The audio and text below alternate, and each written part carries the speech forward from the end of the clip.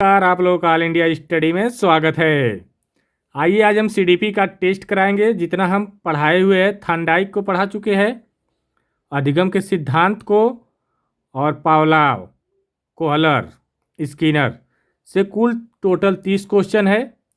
आज आप लोग अपनी तैयारी को देखिए, कितना क्वेश्चन आप लोग सही कर रहे हैं, ठीक ना।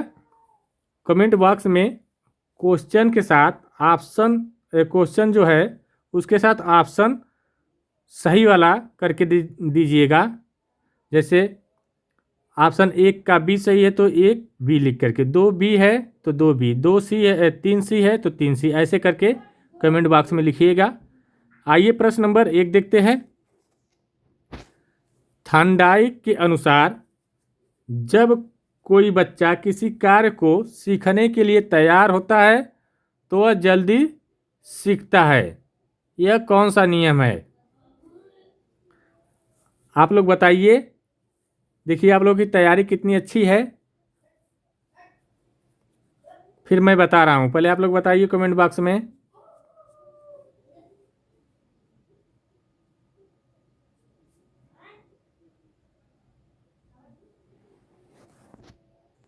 बताइए कौन सा होगा। तो देखिए, जब बच्चा क्या होता है, किसी कार्य को सीखने के लिए तैयार होता है तो उसे जल्दी सीखता है, तो इसका मतलब है कि यह कौन सा नियम है? तत्परता। जब बच्चा तत्पर होगा तभी सीखेगा, ठीक ना। तो यह तत्परता का नियम है, तो ऑप्शन नंबर सी करेक्ट हो जाएगा। इस नियम को और किस नाम से जानते हैं?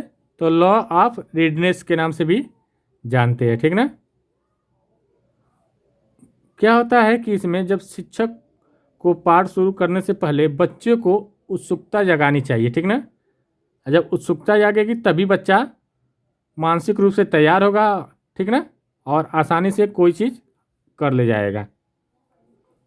आइए प्रश्न नंबर 2 देखेंगे। गणित के सूत्र को बार बार हल करना थांडाइक के किस नियम की पुष्टि करता है? तो ऑप्शन नंबर है तत्परता का नियम, अभ्यास का नियम, प्रभाव का नियम, आंशिक क्रिया का नियम। जब क्या करा है कि बार बार हल करना, जो गणित के सूत्र है उसको बार बार हल करना थांडाइक का कौन सा नियम है? जब बार बार की बात आ गई तो इसका मतलब है कि यह क्या करें, बार बार अभ्यास करेंगे तभी ना। बताइए। तो इसका सही जवाब क्या हो जाएगा? अभ्यास का नियम, ऑप्शन नंबर बी करेक्ट हो जाएगा, ठीक। इसमें क्या होता है ना, इसको और किस नियम से जानते हैं? Exercise of, law of exercise, किस नाम से? लॉ ऑफ एक्सरसाइज भी कहते हैं, ठीक ना। इसके दो भाग होते हैं, एक उपयोग, उपयोग मतलब बार बार करना, और एक अनुपयोग होता है, मतलब उसे छोड़ देना, ठीक ना। बच्चे को समझाने की प्रैक्टिस न करने पर दिमाग क्या होता है, न्यूट्रल बॉन्ड कमज़ोर हो जाता है, जिससे हम भूलने लगते हैं।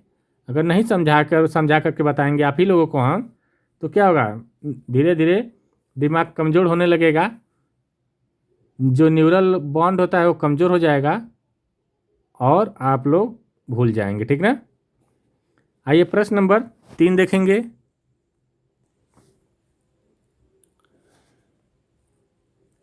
इवान पावलाव से क्वेश्चन है यह।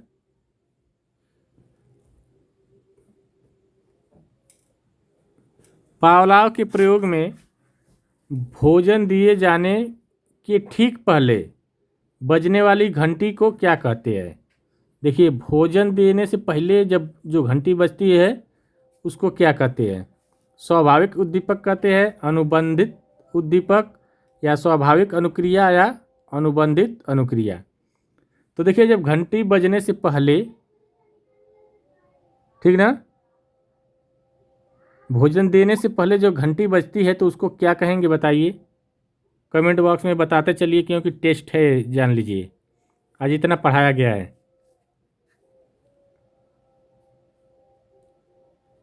बताइए। जल्दी जल्दी कमेंट बॉक्स में बताइए आप लोग।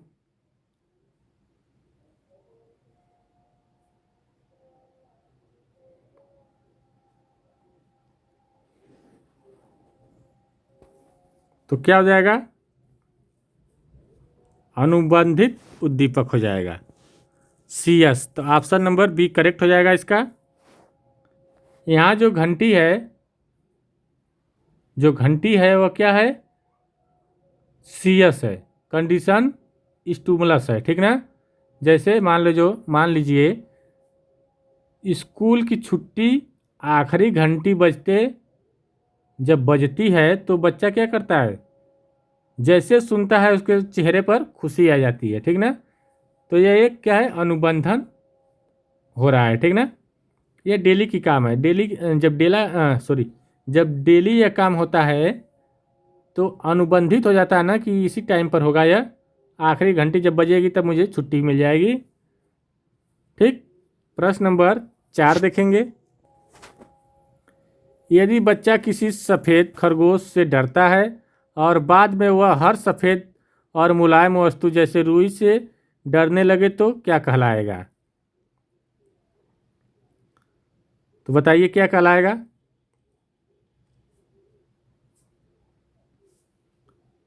विलोपन कहलाएगा कि उद्दीपक सामान्यीकरण कहलाएगा कि विभेदीकरण कहलाएगा कि उच्च अनुबंधन कहलाएगा? बताइए। तो देखिए ये जो कहलाएगा उद्दीपक सामान्यीकरण कहलाएगा, ठीक ना। तो ऑप्शन नंबर बी करेक्ट हो जाएगा। जब दिमाग समान दिखने वाली चीज़ों में फर्क नहीं कर पाता है और वैसी ही प्रक्रिया देता है उसे उद्दीपक सामान्यीकरण कहते हैं, ठीक ना। आइए प्रश्न नंबर 4 देखेंगे। 4 हो गया ना, 5 देखते हैं। स्किनर के अनुसार यदि छात्र के अच्छे व्यवहार के बाद उसे शाबाश कहा जाता तो यह उदाहरण है। तो देखिए जब अच्छा काम करेगा शाबाश कहेंगे तो यह पॉजिटिव रेनफोर्समेंट की बात हो रहा है, ठीक ना। तो बताइए ऑप्शन नंबर 1 है नकारात्मक पुनर्बलन, सकारात्मक पुनर्बलन, दंड, विलोपन, कौन सा होगा? शाबाशी जब दी जा रही है, अच्छा व्यवहार कर रहा है तो शाबाशी दी जा रही है। तो बताइए। देखिए जब हम किसी व्यवहार के बाद कुछ सुखद जोड़ते हैं तो वह व्यवहार भविष्य में बढ़ने की संभावना को बढ़ा देता है, ठीक ना। तो इसका मतलब क्या हो जाएगा? पॉजिटिव पुनर्बलन की बात कर रहा है। तो ऑप्शन नंबर बी करेक्ट हो जाएगा, पॉजिटिव पुनर्बलन। आइए प्रश्न नंबर 6 देखेंगे। स्किनर ने जटिल व्यवहार को छोटे छोटे चरणों में सिखाने की प्रक्रिया को क्या नाम दिया? कह रहा जो स्किनर है वो व्यवहार को छोटे छोटे चरणों में सिखाने की प्रक्रिया को क्या नाम दिया? अनुबंधन का, शेपिंग, आकृतिकरण, अंतर्दृष्टि या सामान्यीकरण। छोटे छोटे चरणों में, जब छोटे छोटे चरणों में सिखाया जाएगा तो उसे क्या कहेंगे? बताइए।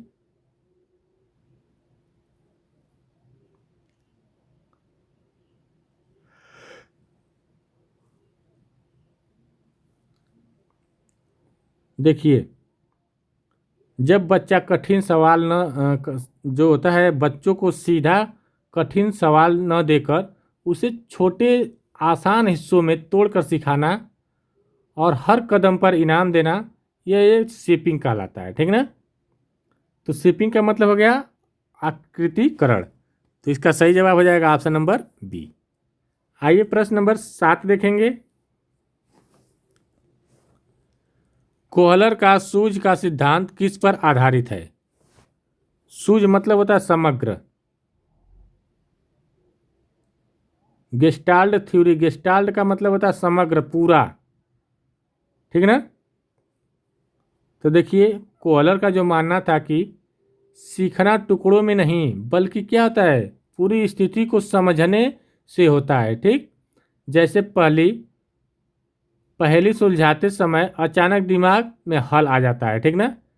मान लीजिए कोई पहेली हम आपको बुझा रहे हैं और आपके दिमाग में अचानक आ जाएगा, नहीं ये वाला होगा, ये है, तो वही होता है पूरा सूझ। तो इसका मतलब है संपूर्ण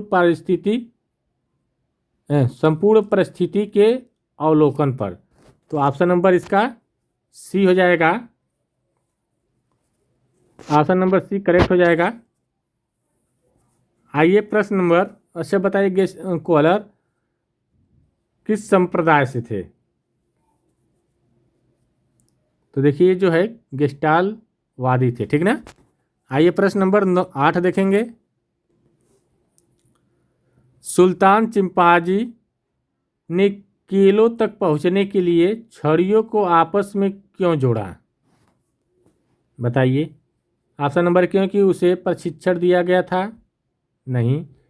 बी करा क्योंकि वह थांडाई की बिल्ली की तरह गलती कर रहा था। सी करा क्योंकि उसे अचानक समस्या का समाधान सूझ मिल गया। और डी करा है भोजन की कमी के कारण। तो बताइए।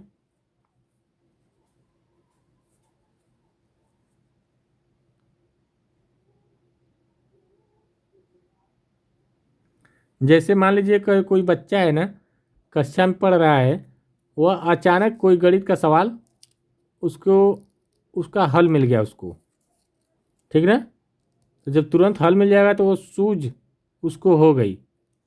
सूझ हईबे ना कर, पहले लोग कहते थे ना दादा दादी की, सूझ बूझ हईबे ना कर, ये का करिए, तनको भर समझना सूझना इनकी। कोई गलती करता था बच्चा तो, ठीक ना। तो वही बात है यहाँ पे ये। तो बताइए।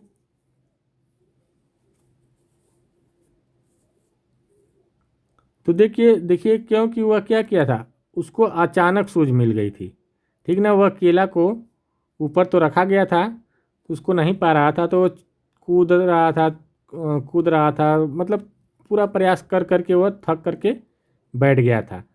तो उसको अचानक सूझ आ गया, समझ आया कि इस छड़ी को अगर दो छड़ी को एक में बांध करके उसको हम मार के तोड़ लेंगे, ठीक ना। तो वह काम तुरंत किया, तो अकेला पा गया। ये अचानक सूझ आई उसको, ठीक ना, बैठे बैठे था एक बैग। तो ऑप्शन नंबर सी करेक्ट हो जाएगा, ठीक। आइए प्रश्न नंबर 9 देखते हैं। पावलाव के प्रयोग में भोजन को देखकर कुत्ते के मुंह में लार आना कौन सी अनुक्रिया है। देखिए जब भोजन देखता है तो लार आ जाती है। तो बताइए, अनुबंधित अनुक्रिया है, स्वाभाविक अनुक्रिया है, कृत्रिम अनुक्रिया है, इनमें से कोई नहीं। जैसे भोजन देख रहा है ना, वैसे उसके मुंह में लार आ जा रही है। तो यह क्या है, एक स्वाभाविक अनुक्रिया होगी, ठीक ना। क्या हो जाएगी, यह स्वाभाविक अनुक्रिया हो जाएगी। तो इसका सही जवाब हो जाएगा ऑप्शन नंबर बी। यह जो अनुक्रिया होती है जन्मजात होती है, ठीक ना। बच्चों को समझाने की, जैसे मान लीजिए बच्चों को समझाना है, तो जैसे मान लीजिए कि तेज रोशनी में आंखें झपकना या नींबू देखकर मुंह में पानी आना एक प्राकृतिक है, ठीक ना। जब तेज रोशनी रहती है तो क्या करते हैं, तुरंत आँख झपका लेते हैं, तो एक स्वाभाविक अपक्रिया है। और नींबू और खट्टा चीज़ देखते हैं, इमली देखते हैं तो मुंह में पानी आ जाता है ना, तो यह स्वाभाविक अपक्रिया है या अनुक्रिया है, ठीक ना। जैसे मान लीजिए कुत्ता क्या करता था, जैसे भोजन देखता था उसके मुंह में लार आना एक स्वाभाविक अनुक्रिया थी, ठीक ना। आइए प्रश्न नंबर 10 देखेंगे। अनुबंधन होने के बाद केवल घंटी बजाने पर लार आना क्या कहलाता है। जब अनुबंधन हो जा रहा है तब सिर्फ घंटी बजाएंगे तो उसे क्या कहेंगे। तो जब अनुबंधन हो जाएगा तो घंटी बजाएंगे, तो इसका मतलब है कि उसको समझ, वो कुत्ता क्या है, समझ लिया है घंटी बजेगी है मुझे खाना मिलने वाला है, तो उसके मुंह में लार आ जाता है, ठीक ना। तो ये कौन सी अपक्रिया होगी, अनुक्रिया होगी, बताइए। तो देखिए ये जो हो जाएगा अनुबंधित अनुक्रिया हो जाएगी, ठीक ना। तो इसका सही जवाब हो जाएगा अनुबंधित अनुक्रिया। प्रश्न नंबर 11 देखेंगे। स्किनर के अनुसार सजा का मुख्य प्रभाव क्या होता है? पनिशमेंट का मुख्य प्रभाव क्या है? ऑप्शन नंबर ए व्यवहार को अस्थायी बनाना, बी है व्यवहार को कुछ समय के लिए दबा देना, सी है सीखने की गति बढ़ाना और डी है बुद्धि का विकास करना।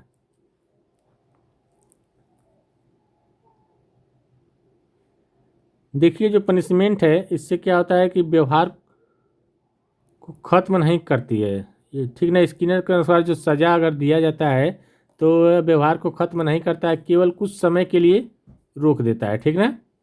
इसलिए बच्चों में सज़ा देने के बजाय उसे सकारात्मक पुनर्बलन पर जोर देना चाहिए। तो बताइए, व्यवहार को कुछ समय के लिए दबा देना इसका सही आंसर हो जाएगा। तो ऑप्शन नंबर बी करेक्ट हो जाएगा इसका। आइए प्रश्न नंबर 12 देखते हैं। आप लोग कमेंट बॉक्स में करते चलिए आपका लोगों का कितना क्वेश्चन सही हो रहा है, ठीक ना। अभिक्रमित अनुदेशन किस मनोवैज्ञानिक की देन है? Pavlov, Thorndike, Kohler, Skinner. Programme learning, ठीक ना। कौन बताए हुए है बताइए।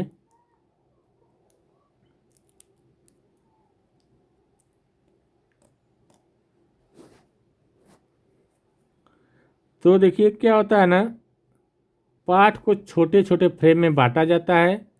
बच्चा एक फ्रेम सीखता है, फिर उसका टेस्ट होता है, फिर अगला फ्रेम सीखता है। यह बच्चों को अपनी गति से सीखने की आज़ादी देता है, ठीक ना। तो इसका सही जवाब क्या हो जाएगा? ऑप्शन नंबर एक। बात कौन बताए है? छोटे छोटे पार्टों में स्किनर साहब ने, ठीक ना। आइए प्रश्न नंबर 13 देखेंगे। गेस्टाल्ट किस भाषा का शब्द है? तो बताइए। गेस्टाल्ट का मतलब होता है पूर्ण करना, समग्र करना, पूरा करना, पूर्ण आकृति, ठीक ना। तो यह एक जर्मन शब्द है। कौन सा है?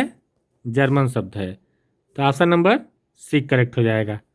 आइए प्रश्न नंबर 14 देखेंगे। आप लोग हल करते हुए चलिएगा, आप लोगों का कितना क्वेश्चन सही हो रहा है। कोहलर के अनुसार सूझ के विकास के लिए क्या आवश्यक है? बताइए, सूझ के विकास के लिए क्या आवश्यक है? ऑप्शन नंबर एक है केवल अभ्यास, बी है बुद्धि और प्रत्यक्षीकरण, सी है केवल इनाम और डी है केवल रटना। तो बताइए कौन सा आंसर होगा इसका? कोहलर साहब क्या बताए? सूझ का, इनसाइट लर्निंग, इसका मतलब ये बताए प्रत्यक्ष रूप से जो है, ठीक ना। जो प्रत्यक्ष रूप से जब आ जाएगा, पूरा दिखेगा तभी उसका समस्या का हल होगा। तो इसका मतलब है कि बुद्धि और प्रत्यक्षीकरण पर की बात करते हैं। तो ऑप्शन नंबर इसका बी करेक्ट हो जाएगा। आइए प्रश्न नंबर 15 देखते हैं। थांडाइक के अनुसार सीखने का पठार क्यों बनता है? पठार का मतलब क्या होगा? रुकावट, ठीक है ना। तो ऑप्शन नंबर ए बहुत अधिक बुद्धि होने पर, बी है थकान या पुरानी विधि से उब जाने पर, सी है निरंतर अभ्यास से और डी है इनाम मिलने से। तो बताइए। तो देखिए पठार कब बनेगा? जब बच्चा क्या हो जाएगा, पढ़ते पढ़ते थक जाता है तो वो बोरिंग महसूस करने लगता है, ठीक ना। उसके जो सीखने की गति क्या होती है? रुक जाती है। तो इसका सही जवाब क्या हो जाएगा बताइए आप लोग? आप तो बता ही सकते हैं। थकान या पुरानी विधि से उब जाने पर। तो ऑप्शन नंबर बी करेक्ट हो जाएगा। आइए प्रश्न नंबर 16 देखते हैं। देखिए आप लोगों को वीडियो अच्छी लग रही है तो चैनल को लाइक शेयर सब्सक्राइब जरूर करते हुए चलिए, ठीक ना। यह जो टेस्ट है जान लीजिए, जितना पढ़ाए हुए सबको मिक्स करके टेस्ट कर रहे हैं। तो देखिए आप लोगों का कितना क्वेश्चन सही हो रहा है। थांडाइक ने बुद्धि का बालू का ढेर सिद्धांत किसे कहा? तो ऑप्शन नंबर एक है एक कारक सिद्धांत, बी है बहु कारक सिद्धांत, सी है द्वि कारक सिद्धांत और डी है समूह कारक सिद्धांत। तो किसे कहा? बुद्धि का ढेर का मतलब बालू ढेर होता है ना, उससे रिलेटेड कर लीजिए। तो बहुकारक सिद्धांत, ठीक ना। बुद्धि को कई छोटे छोटे स्वतंत्र कारकों से बनी होती है, जैसे बालू के कण। तो ऑप्शन नंबर बी करेक्ट हो जाएगा। आइए प्रश्न नंबर 17 देखेंगे, थोड़ा सा फास्ट चले। करके सीखना सबसे ज़्यादा किस सिद्धांत में दिखता है? तो करके सीखना, लर्निंग बाय डूइंग, बताइए।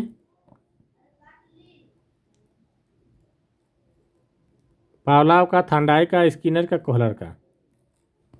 प्रयास एवं त्रुटि का सिद्धांत, प्रयास करना त्रुटि होगी। स्किनर का, बताइए किसका होगा यह? बिल्ली पर कौन प्रयोग किया था? थांडाई किए थे कि स्किनर? पावलाव की कोहलर? बताइए कमेंट बॉक्स में।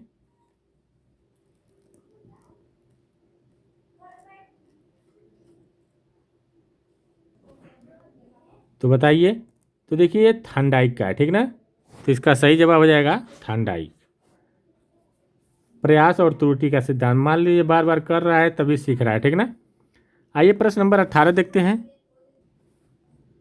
पुनर्बलन की अनुसूची किसने दी?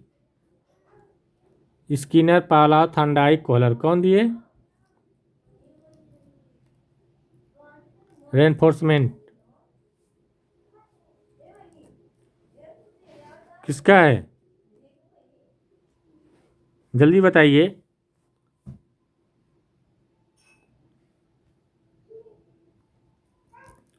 तो देखिए स्किनर का, ठीक ना। तो ऑप्शन नंबर ए करेक्ट हो जाएगा। आइए प्रश्न नंबर 19 देखते हैं। पावलाव को 1904 में किस कार्य के लिए नोबेल पुरस्कार मिला? बताइए किस कार्य के लिए मिला था?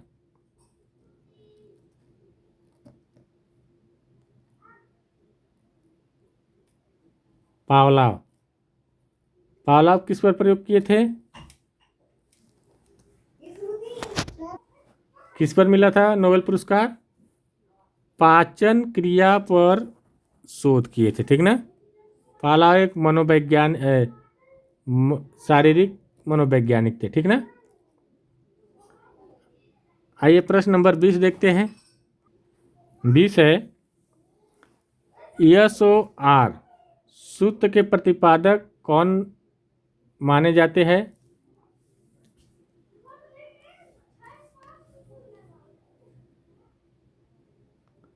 तो बताइए कौन माने जाते हैं?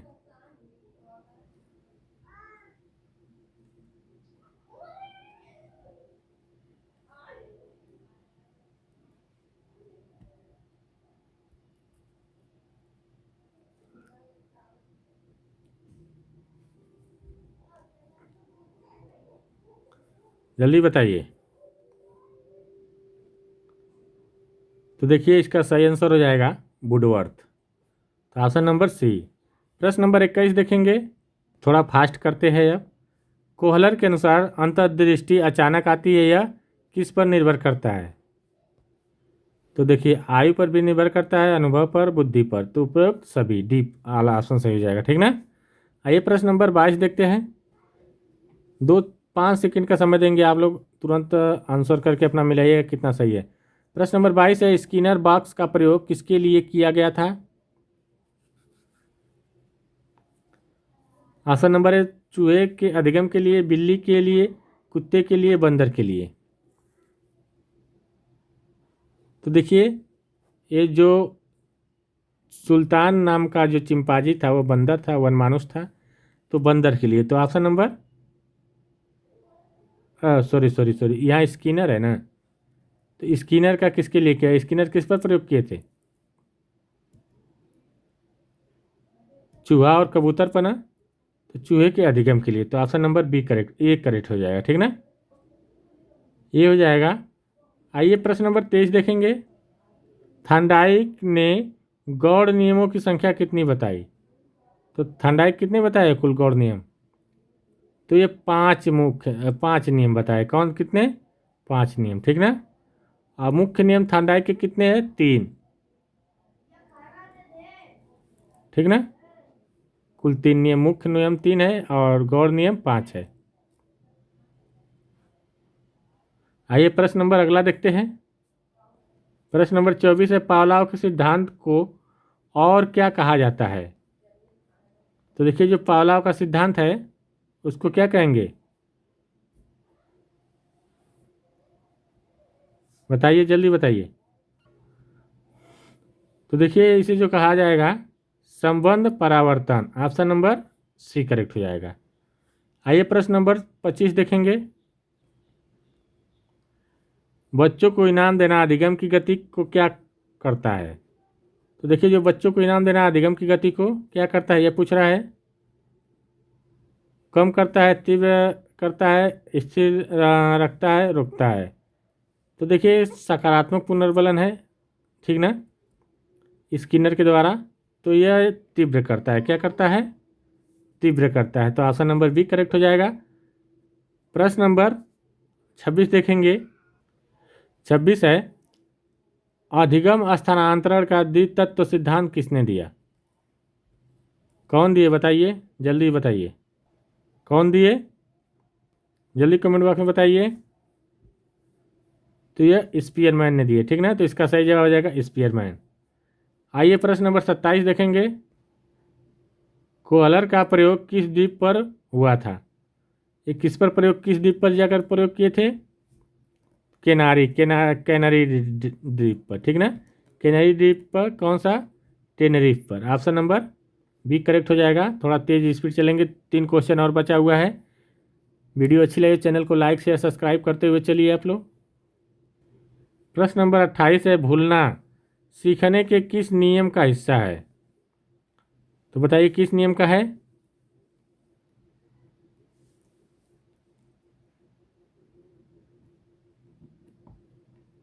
जल्दी बताइए। तो देखिए, ये जो है